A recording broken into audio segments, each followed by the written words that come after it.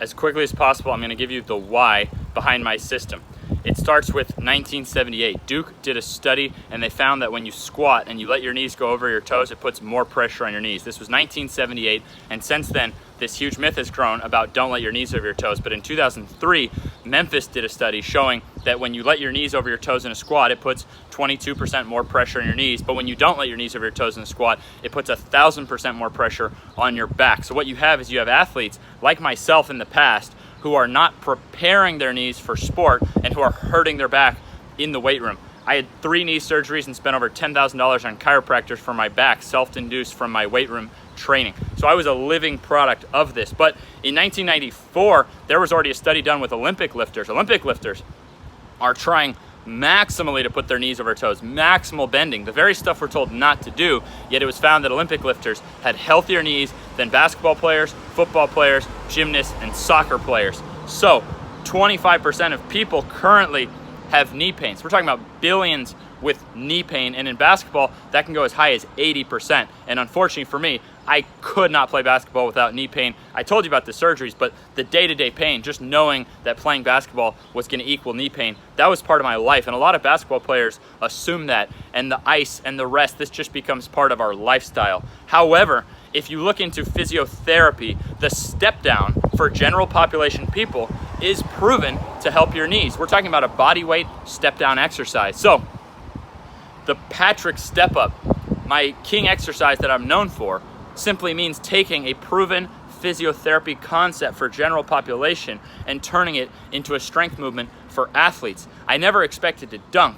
I simply wanted to play basketball without knee pain. And at 18 years old, I threw everything out of the way. I didn't go to college. I stayed home painting walls, working for my dad, trying to save up money that I would somehow go to college, walk on, play basketball, something like that. My whole mission in life, I didn't care if I died in the attempt. My mission in life was to be able to play basketball without knee pain, and I judged my entire happiness based on that point, and I did figure it out, and I did get a full college scholarship, and I ended up getting athletic without expecting to. It actually took some friends to tell me to try to dunk for me to even think it was physically possible after going my whole basketball career prior, not even close to being able to dunk. So I've lived two completely different lives here. I've lived the life of the fragile guy. I remember being a freshman in high school, I was already called the old man because it would take me so long to warm up. I was so unathletic. People would laugh and have me try to touch the backboard. A lot of days I couldn't touch the backboard, and I was like 5'10", and at 6'1", I couldn't grab the rim. I couldn't even, most days the best I could do was nick that little swirly thing that holds the net. So we're talking about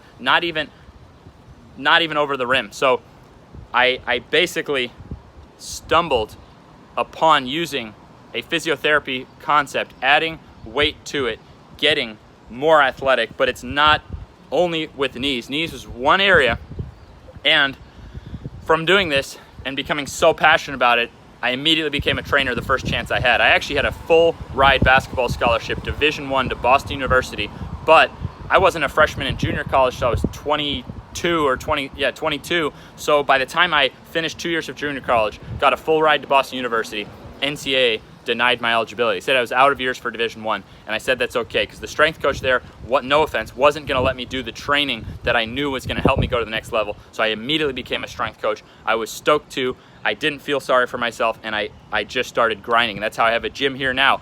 So I took this obsession, kept trying to go further.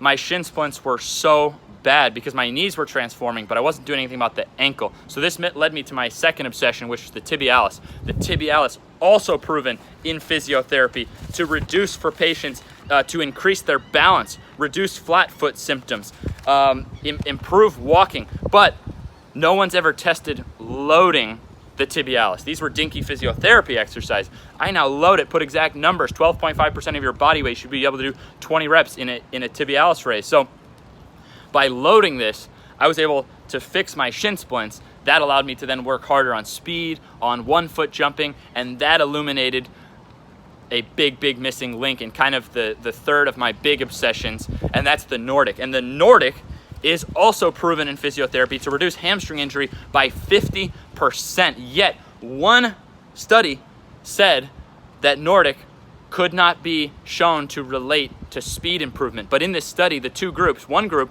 did Nordics for 12 weeks while doing sprinting. The other group just did the sprinting for 12 weeks, but had done a whole 12 weeks of Nordics prior to the study. So both groups had done Nordics. And if you know anything about strength training, you're not expecting one session to equal speed. Someone could train for months just to build a certain foundation that then when they do start sprinting, they get results. So the study was flawed to begin with because both groups did Nordics and both groups got significantly, per the study, word for word, significantly faster. So I found the Nordic to be my next point of obsession. So by taking the knee over toe concept, the tibialis concept, the Nordic concept, and there's more, but those are my big 3 obsessions. By taking those and saying, I'm gonna try to get the strongest in the world on these physiotherapy exercises, turn them into scalable, measurable weight room exercises, I've wound up now with a tested over 40-inch vertical and had a tested under 20-inch vertical. And anyone can debate, but I've never seen any example of that being done. I have my coaches actually back up my story. So no one has gone from a sub 20-inch vertical for the first 20 years of their life to an over 40-inch vertical. So I've lived these 2 lives, and that is why I do what I do. And that's why I do knees over toes, which has no scientific backing. Because remember that 1978 Duke study only says puts more pressure on your knees. Well, no shit. That's like saying an ab exercise puts more pressure on your abs.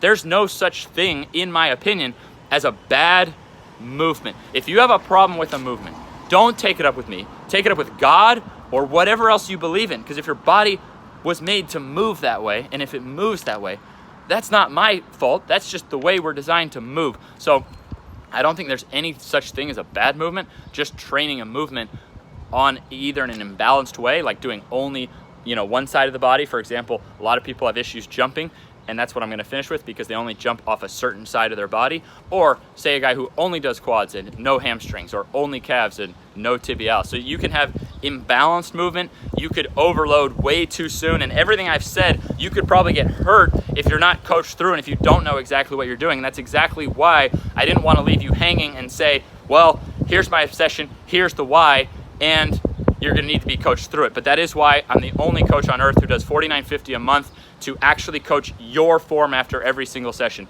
Nobody does that. It doesn't exist. People can jump in and try, but it takes a lot of work and a lot of committed people who believe in you to form a really good team. So ATG is a team.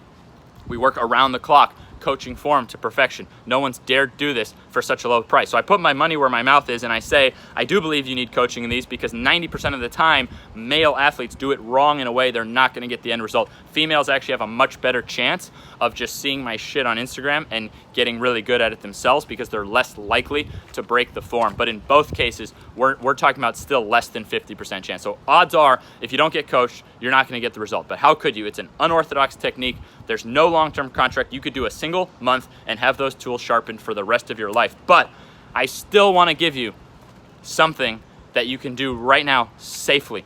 And I'm a basketball player, so I'm sorry this concept applies to basketball. There's still millions of people who play basketball. It's gonna help someone out there. And there's something super simple you can do training-wise that's 100% safe because you're already doing it. So let's establish, are you a 1-foot jumper or a 2-foot jumper? Most people have a preferred style, and that's actually incorrect. You should be good at both. But within that, are you let's say you're a 2-foot jumper. Are you a left-right jumper or a right-left jumper? Most people have a certain style. And what happens if you build up and you can go higher on one side than the other, you actually have gains waiting. Right now, you can make vertical gains off doing only what I'm talking about. Let's say, and I'm gonna take an example of Connor Barth, Basket Barth on Instagram. Look up at Basket Barth.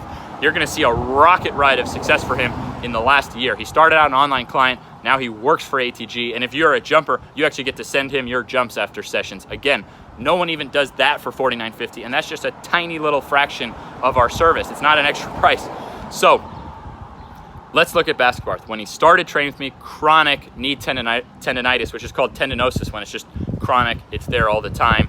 And his right quad was about 2 inches bigger than his left, not from weight room training, but because he only goes right, left when he jumps. So right, tick, tick, tick, tick, tick, tick, tick, tick, tick, left. So the right leg is taking more time and attention. The right leg is all developed. The right leg goes knees over toes and develops that strength, whereas the left does not. If you look at the highest jumpers in the world, you'll see one noticeable thing about the highest 2-foot jumpers in the world, the Jordan Kilgannons, these famous people, their knee goes farther over their toe before takeoff. I remember watching Isaiah Rivera in person, who came here and trained and learned some of this stuff, and I couldn't believe how far his knee went over his toe when he jumped, even farther than mine. And for Connor, all we had to do was take the concepts I just told you about.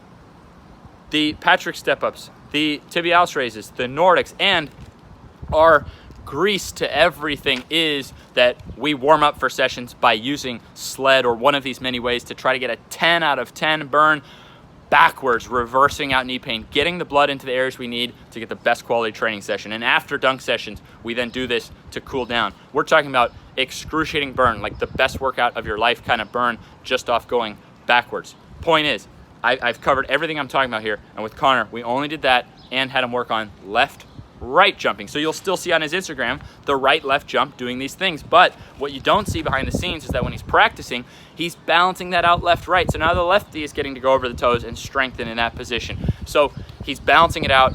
He's flying higher. If you look at how high his head is getting, he's probably jumping highest in the world right now. But it really doesn't even matter to debate that, because most of the other guys who are up in that realm are also using these similar concepts. It doesn't matter who gets credit. It matters to me. The reason I made my Instagram name Knees Over Toes Guy is because I thought, what would make a successful life for me? What would make a successful life for me is the next Ben Patrick, who's growing up and who's a shit athlete but loves basketball, needs to understand that they can train their knees over their toes. They can do something about it.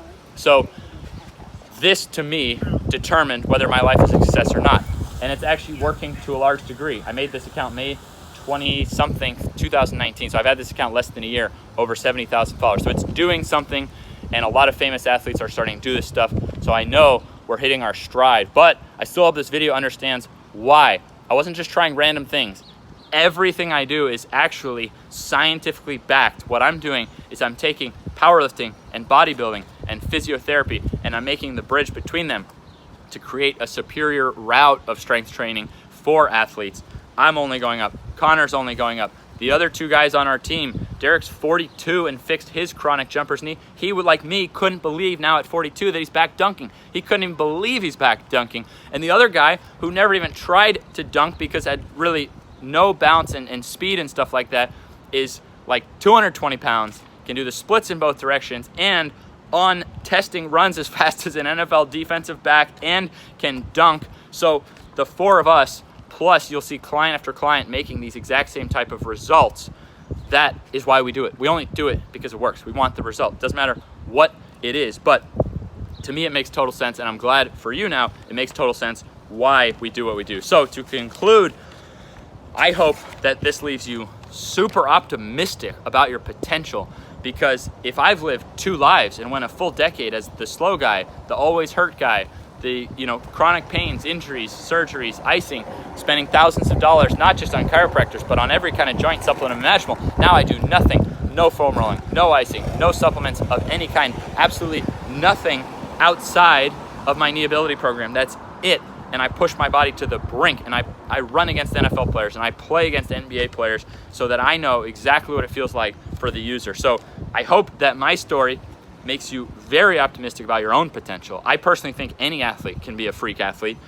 And I hope that at least with this jumping tip, you can see that if you're only going a certain way in your jump, that even if you don't do anything else I said and don't want to spend any money on learning my system, just by keeping your reps even and building to an even ability, whether it's 1 foot off either leg or 2 feet, you're now going to stimulate and create a plateau busting effect for your muscles and tendons and jump higher. I've never seen it fail. And I have over 1,000 knee success stories, but I have almost 500 jump success stories, which if I tallies up, probably more than any other jump program. And a big part of that is just balancing those jumps. So be optimistic.